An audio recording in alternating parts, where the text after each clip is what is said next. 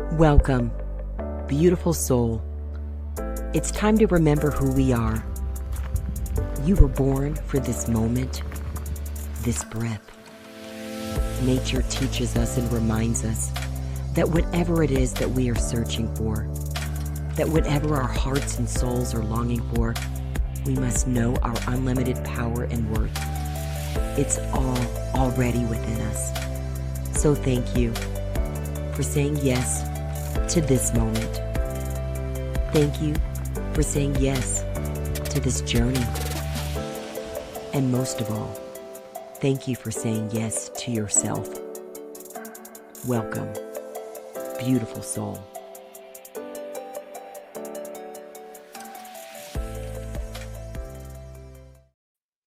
Welcome, beautiful soul. We have a really important message to share and talk about today, one that I know impacts all of us. It's not necessarily the topic that makes us jump up and down and dance. And I'm here to say that there is reason to do just that when we tap into the gift of forgiveness, making space, making our way home to forgiveness is life-changing. It's generational changing. It changes the entire cosmos when we understand what awaits us when we make space to come home to forgiveness. So before we dive into this, let's pause right now and close our eyes if you're able to safely. Join me while we breathe. This is our beautiful opportunity to reconnect with who we are as beautiful soul, who we are as exquisite, lovely energy, spirit, inner heart, inner truth. We make space to go beyond the physical when we simply breathe.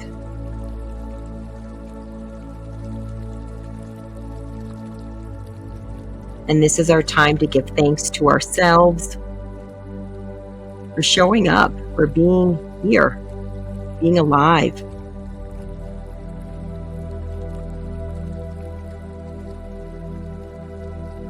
We also give thanks, and we are so grateful to be connected to and to experience the flow of breath of life moving all through us, around us, with us, connecting us to all.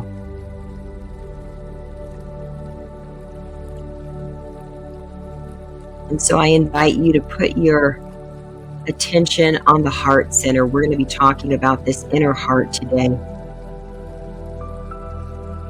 And we want to give thanks for this powerful energy center where deep inner wisdom, inner knowing, our most exquisite essence resides. We connect with it. We connect with all of the truth that is always and already waiting within us.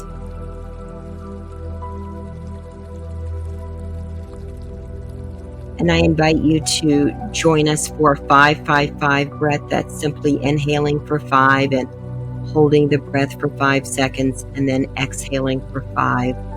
So let's do that together. Nice deep inhale now for 5.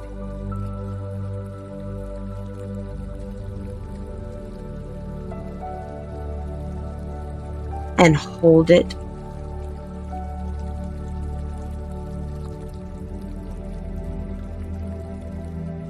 And now slowly exhale.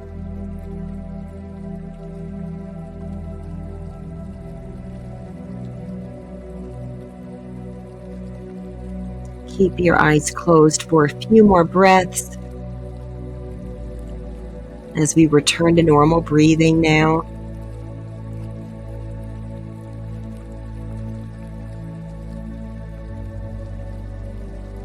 We honor who we are as beautiful soul. We honor that we are gentleness and strength, power and humility, grace and compassion, light and love.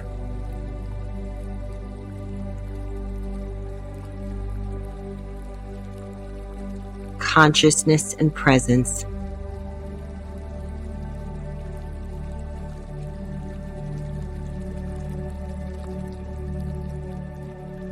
And we make space to be open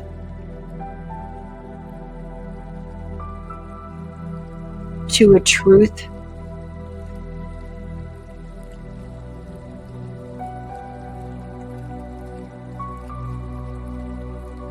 that allows us to experience a freedom, a healing, an expansion far beyond what our natural minds could concoct or conceive. And so when you are ready, go ahead and gently come back and you can open your eyes. I always say the breath is so amazing and, oh my gosh, just an exquisite reminder of doing something so small, having such massive benefits, because it simply interrupts the old paradigm, the old tapes, the old software and hardware that tries to say we need to figure things out and fix them with our natural mind. And I'm here to remind us that there is so much more to us than our natural, cognitive, cerebral, analytical way of thinking. That there's a truth and a knowing, an intuition, an insight that we're able to connect with and honor and listen to. And when we do, there's such a flow.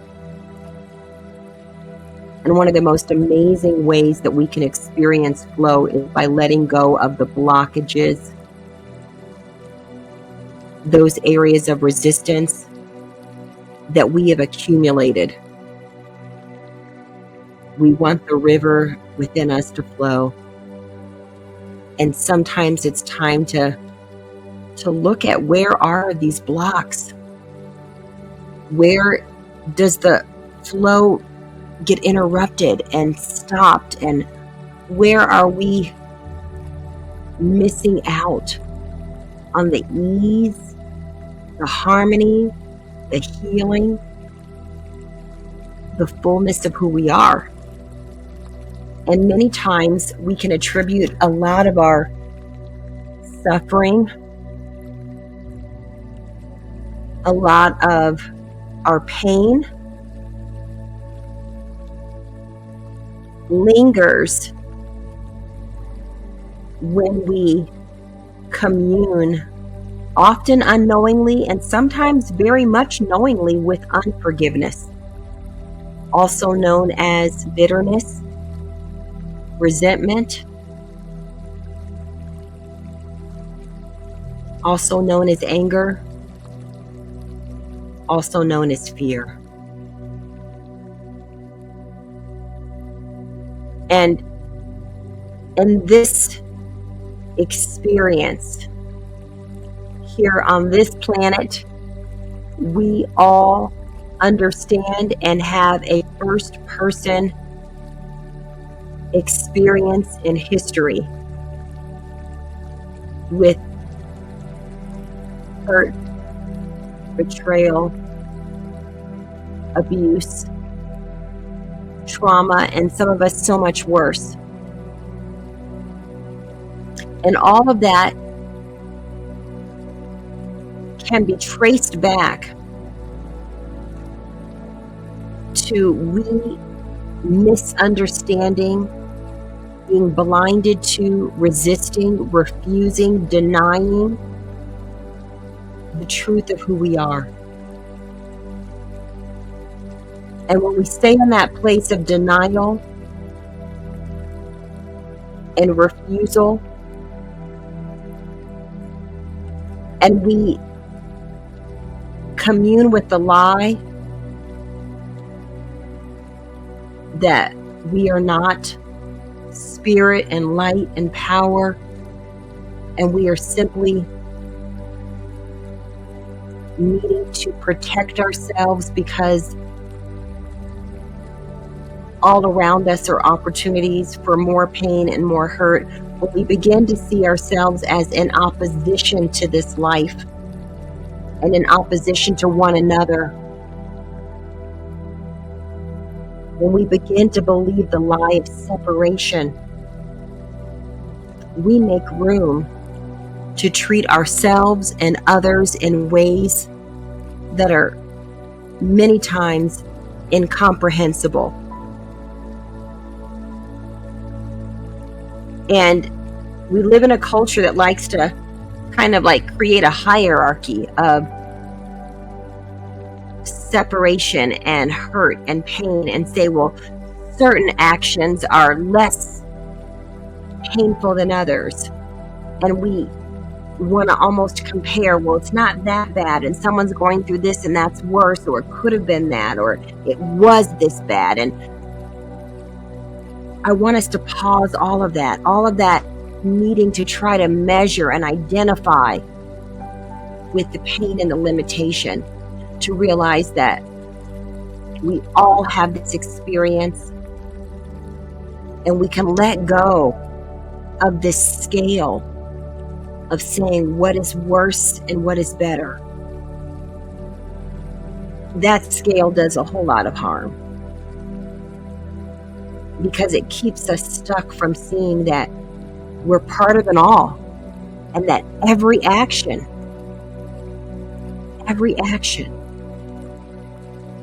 affects us all. Every thought, every word.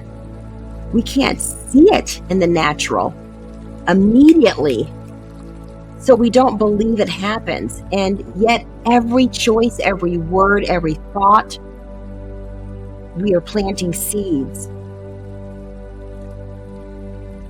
And we also are absorbing and digesting, consuming and growing within so much that's being thrown at us when we're not filtering it, when we just blindly open ourselves up to it. And I'm talking about opening ourselves up to a message. I'm not talking about opening ourselves up to harm. I'm talking about opening ourselves up to the message and the construct and the paradigm that we are not interconnected, that we are separate. And when we keep digesting that, it's easy to digest division. And when you digest division, it's easy to act on the lie that I better harm you before you harm me. And some of you listening will say, well, I'm not a violent person. I haven't committed any acts of violence. And if you listen to an episode that I did about how to cultivate joy, I share about how something as simple as sarcasm is an act of violence. So we all are in this together. We all have need for a transformation, a healing. And that means we all have room to invite in grace. and space to perceive on a whole nother plane, a whole nother paradigm and realm is available. And this message is not for those of you who want to stay in a realm of the linear. And when I mean by the linear, I mean that you want to stay in a place that can guarantee that if you put this into the computer, then you'll get that back. And if you want to stay in that realm, which is filled with tremendous limitation, if and then, I can promise you more distress, more disappointment, more frustration. The way through is by inviting in the gift of forgiveness. And the gift of forgiveness can really only be experienced fully, and I'm saying fully, when we remember that we are spiritual beings first. And when we're ready to enter into a spiritual truth that says any person can forgive someone who is asking for forgiveness, who's demonstrated their sorrow, who is showing a transformation. Can we forgive when we don't have any conditions? When we don't see any evidence? When it looks like we have nothing to gain from the other person who has caused us harm? When it looks like we have more to gain by staying angry, upset, bitter? Because the fear tells us, if I forgive you, I'm opening myself up to more pain. I'm saying somehow it's permissible. I'm agreeing with the harm. I am saying I'm okay with whatever has happened that created the suffering. Somehow forgiveness means I am weak and vulnerable, susceptible, and I've given a pass and a green light to what I'm not okay with. That's having like one toe in the realm of spirit and then the other foot and leg and body all in the realm of the mind, the natural, the needing to protect, the ego. And the egoic mind always wants to protect us. And I say its use is very, very limited, and yet it likes to pretend that it is very pervasive and needed everywhere and all the time. And there's actually a very small fraction of the time that our ego is really helpful. Some would argue never. I'm going to say, just for the heck of this conversation today, even though we're going into this deep spiritual place, I'll give you space to say there's a small fraction of time where there is an enormous physical threat, like a fire and a tornado, where we need the ego to tell us to get out. Now, what about the other harm and hurt? Don't I need the ego for that? The ego can, yes, be a spidey sense, but deeper than that is your spirit. And that comes with a deeper perception and intuition, minus the fear and all of the power. And don't I want that? Because when we're still mixing with fear, there's a good chance that if I'm not coming from a place of grace and power, that I'm going to cultivate and create more just disaster and despair. I'm going to make a decision that exacerbates what I don't want. I'm going to exacerbate the limitation. I'm going to commune with this idea that something out there is greater than me in here. And when I say greater, I'm not talking outer power strength. I'm talking this grounded knowing that allows me to move in peace, and forgiveness is the way through. How do we forgive what we've been told we shouldn't have to forgive, that it shouldn't have happened in the first place?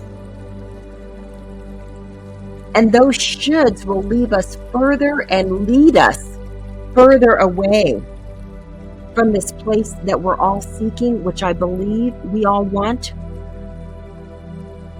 which is freedom and love and light and transformation. And in this realm, in this planet, because of the countless experiences before we embodied who we are in this moment, all of that energy is still around us. And to see it transform, we must transform ourselves, which means I must transform my perception and say that forgiveness is not a stance of weakness. It is a stance of grounded knowing that we all deserve healing and wholeness. We all deserve to flourish and to thrive. And we all have made mistakes. And we all are in need of grace. And for me to access the grace means me asking, do I know how to extend grace? Do I know how to forgive? Starting with who? Not the person outside of you, but starting within yourself. Can I forgive me for my own choices? Can I forgive me for my own lack of knowing, the unperception that caused me to choose based on a fear, that caused me to listen to my ego instead of my spirit, that caused me to believe that I need to create more harm as a method and a means for protection and survival. Wow, when we slow down and as we imagine where the deepest block is in us, where that deepest harm, where we tense up when something that looks even the slightest bit familiar to the deepest pain that we've experienced, whether it was a relationship, whether it was someone we didn't even know, but whenever we get to anything that looks similar to that egoic part of us rises up and says, never again. I want you to notice, where is that block? Where does it live within you? Is it in the pit of your stomach? Do you feel it in your throat? Is it in your jaw? Does it course through your whole body?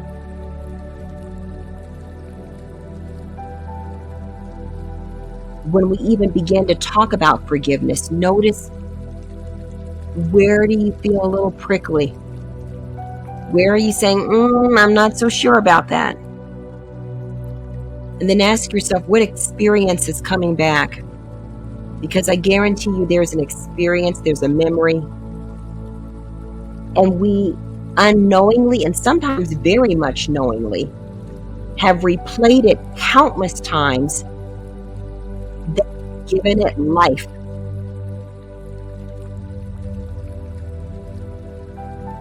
When it was supposed to have moved all the way through us. And supposed to is in air quotes, because I believe that we're all exactly where we are called to be. And it's only when our perception opens up just a tad to say, I want more, than the fear and the stress and the anger,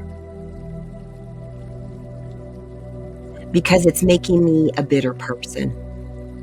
It's making me resentful and angry, and I don't like who I have become in my manifestation. And I'm here to say, well, you also get to come home through an evolution and a transformation and an ascension to a place where there is so much more ease and harmony and flow, and you get to pass on a gift that we all can benefit from, and that is the gift of forgiveness. And we start with ourselves. I forgive me for what I didn't know, or for what I thought I knew. And then we begin to practice making space to say, I forgive those who caused me harm, who did it knowingly, some of them, and some of them unknowingly. Why? Because we're all one. And again, the ego's like, we're not one, we're separate. That person did that. They're separate from you. They're different. We're all one. It's one big, massive life energy that we're a part of. And we all need healing. And none of us is perfect. And as we all make our space and our way back to healing, we heal the whole. We deserve a better experience than one riddled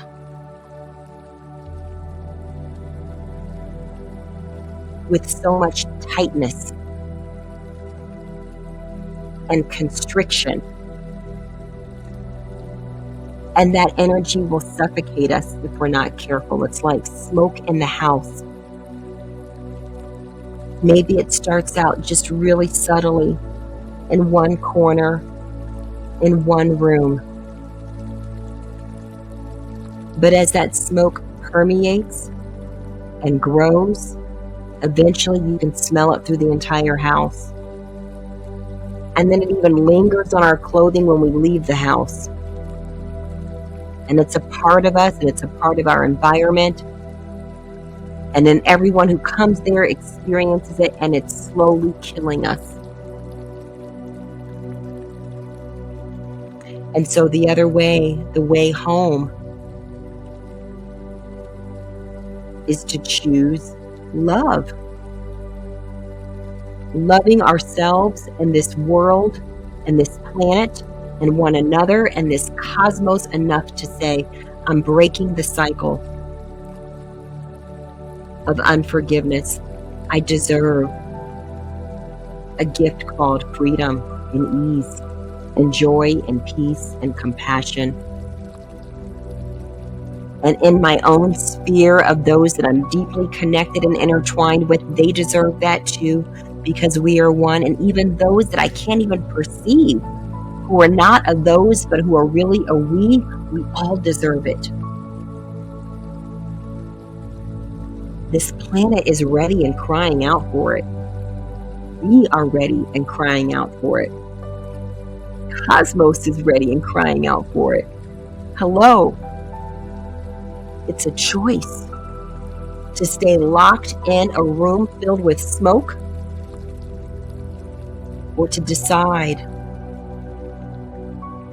the power to clear it all out, to let in a fresh air and flow, so that that river of who we are can move without being stuck.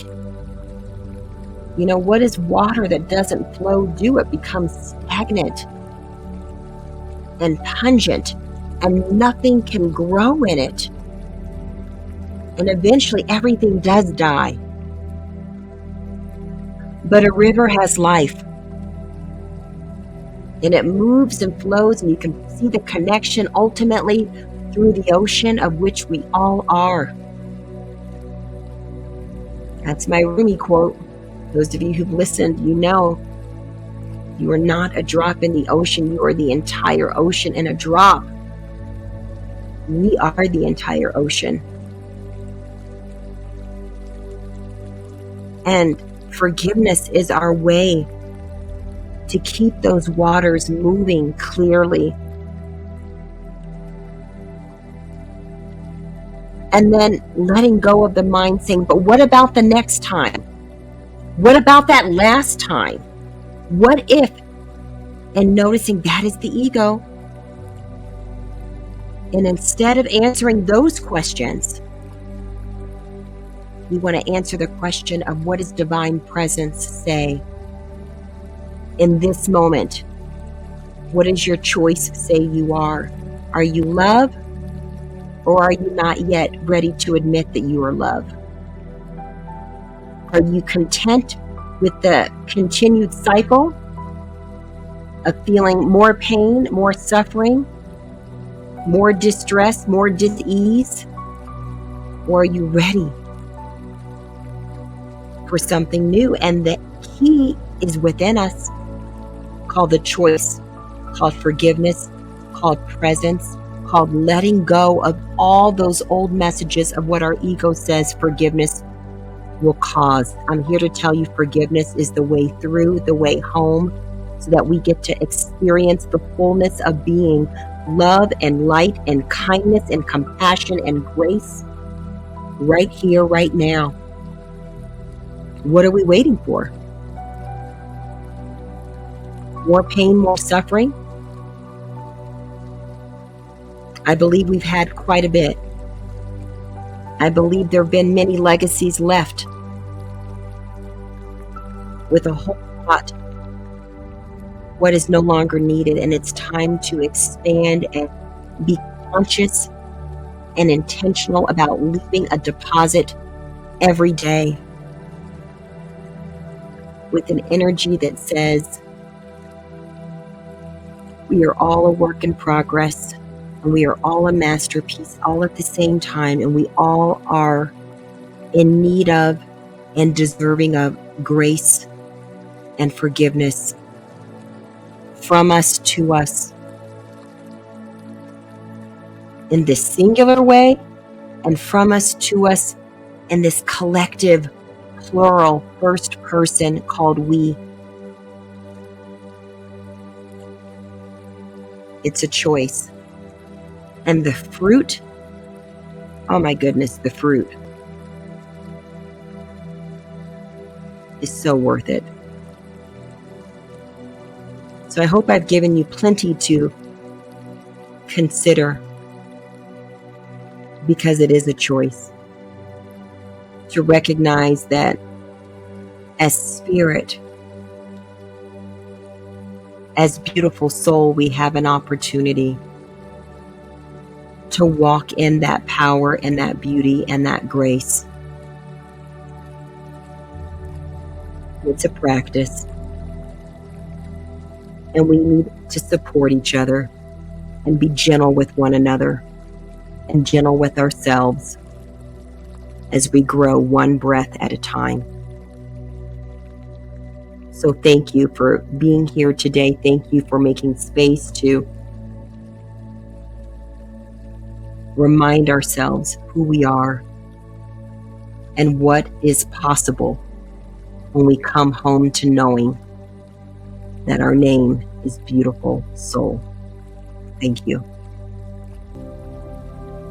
Thank you, beautiful soul, for remembering who we are and for making time and space to be with us today as you go forward on your journey to the known and unknown places. Continue to listen to your inner heart and honor your soul, because your answers are always within you. Please consider supporting us in spreading more light and love with this message by simply liking the video below, subscribing, and consider sharing as well. Most of all, take gentle care and breathe. We see you. We thank you, beautiful soul.